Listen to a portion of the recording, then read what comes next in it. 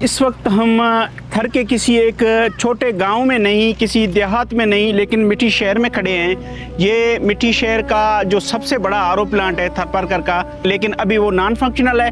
ये उसके storage tanks हैं जो अभी वाटर सप्लाई के पानी से भरे जाते हैं, और वो पानी भी महीने में कभी एक बार आता है तो कभी नहीं आता। अभी 2 हफ्ते के बाद ये पानी आया है, तो इतनी तादाद में लोग, खवातीन और बच्चे पानी भरने के लिए जमा हुए हैं। इस सोलर डिसैलिनेशन प्लांट का इफ्तिताह साबिक सदर आसिफ अली जरदारी ने 2015 में किया। इस बड़े मंसूबे से मिट्टी शहर को रोजाना 20 लाख गैलन साफ पानी मिलना था, लेकिन बज़ाहिर ये प्रोजेक्ट बदइंतजामी की नजर हो गया। ये तकरीबन 1 साल से अभी बंद पड़ा है। इसकी जो मेंटेनेंस का मसला है, मेंटेनेंस नहीं होती है। जैसे पब्लिक हेल्थ वालों के पास अभी ये प्लांट है, हैंड ओवर हुआ है। पहले जो पाक कोशिश थी, पाक कोशिश चली गई है। अभी जो है ओस्लो आई थी 1 साल के लिए, 1 साल का उसका कॉन्ट्रैक्ट था, ठीक है। अभी वो ओस्लो वाले चले गए, ठीक है। अभी जो इस प्लांट की जो फाउंडेशन ऊपर जो सारे जो है जिंक लग कर गए, उस वजह से सारा फाउंडेशन जो ऊपर जो है प्लेटें वाला वो सारा टूट गए, सारे जो फाउंडेशन है वो टूट गए।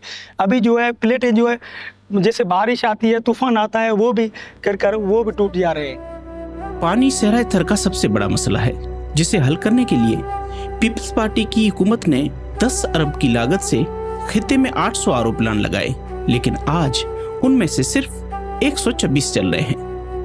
इनमें मिट्टी के करीब गांव धाराड़ का ये प्लांट भी शामिल है, जो लोग अपनी मदद आप के तहत चला रहे हैं।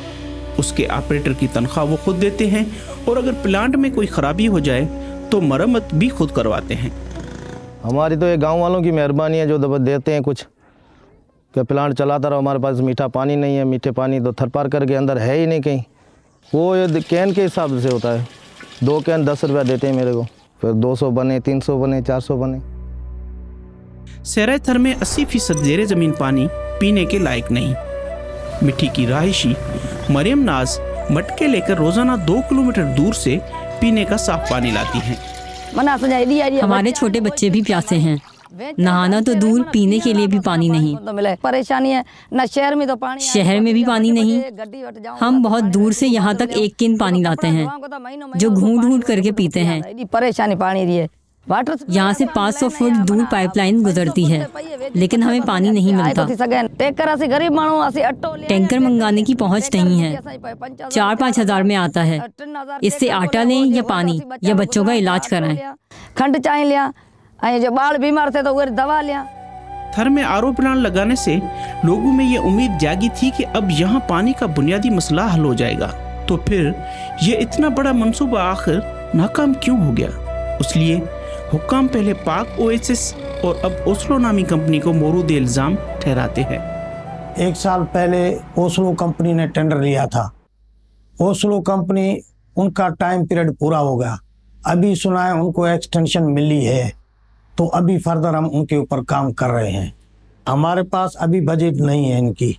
जो जून के अंदर पैसे थे हमने वापसी गवर्नमेंट को लैप्स कर दिए थे। 37 करोड़ रुपए हमने गवर्नमेंट को वापसी कर दिए थे, क्योंकि हम वो काम नहीं करे थे। हमने बोला हम पेमेंट नहीं करेंगे, और हमने उनको बोला कि आप अगर लोगों को तनख्वाह दोगे तो लोग जो चलते हैं उनको तो चलाएंगे, लेकिन लोगों को तनख्वाह उन्होंने नहीं दी, कंपनी वालों ने, तो फिर हमने भी उनको पेमेंट नहीं की। दूसरी जानिब आरओ प्लांट्स पर काम करने वाले मुलाजमीन कई माह से तनख्वाहें न मिलने पर सरापा एहतजाज हैं। ये पब्लिक हेल्थ वाले और ये पाकोसिस वाले और ये ओस्लो कंपनी जो है, इन्होंने 24 माह से ये सारे मुलाजिम जो हैं आरओ प्लांट के, इनकी सैलरी बंद कर दी है। अभी तक हमारे को कोई सैलरी नहीं मिली है। सिर्फ ये झूठा दिलासा हमारे को देता है, कल नहीं परसों, कल सुबह नहीं आज ये कर रहे हैं।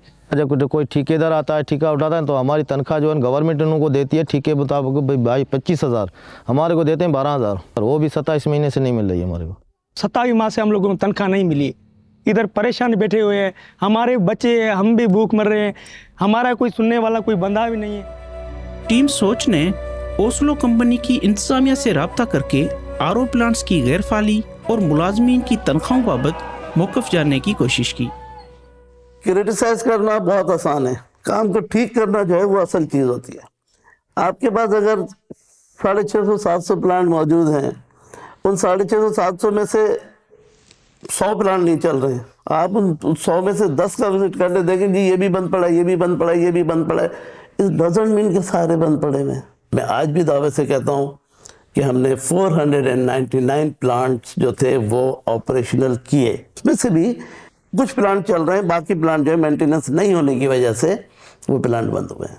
ओस्लो के साथ फिर इख्तलाफ कुछ ये हुआ कि ओस्लो के टोटल 8 क्वार्टर्स फंड्स के रिलीज होने चाहिए, तो आई थिंक इनको 1.5 क्वार्टर मिला, उसके बाद पेमेंट मिलना बंद हो गई। जब पेमेंट मिलना बंद हो गई तो ऑब्वियसली सैलरीज की मद में भी पेमेंट होती है और ऑपरेशनल और मेंटेनेंस के लिए कंटिन्यूसली फंड्स भी रिक्वायर्ड होते हैं, तो वो नहीं मिले तो फिर वो काम बंद हो गया। हुक्काम और कंपनी इंतजामिया के माबीन इस तनाज़े से थर के अवाम पीने के साफ पानी से महरूम हो रहे हैं। आखिर इसका हल क्या हो सकता है? अगर हुकूमत से मुतमईन हो जाती है, हम लोग हुकूमत को मुतमईन करने में कामयाब हो जाते हैं, जो कि हमारी कोशिश है कि जनाब आपकी तमाम शिकायतें जो भी हैं, पास्ट में हमसे भी जो भी गलतियां हुई या जो ना हुई हमारे सर पे आ गई, तो वो हम दूर करेंगे।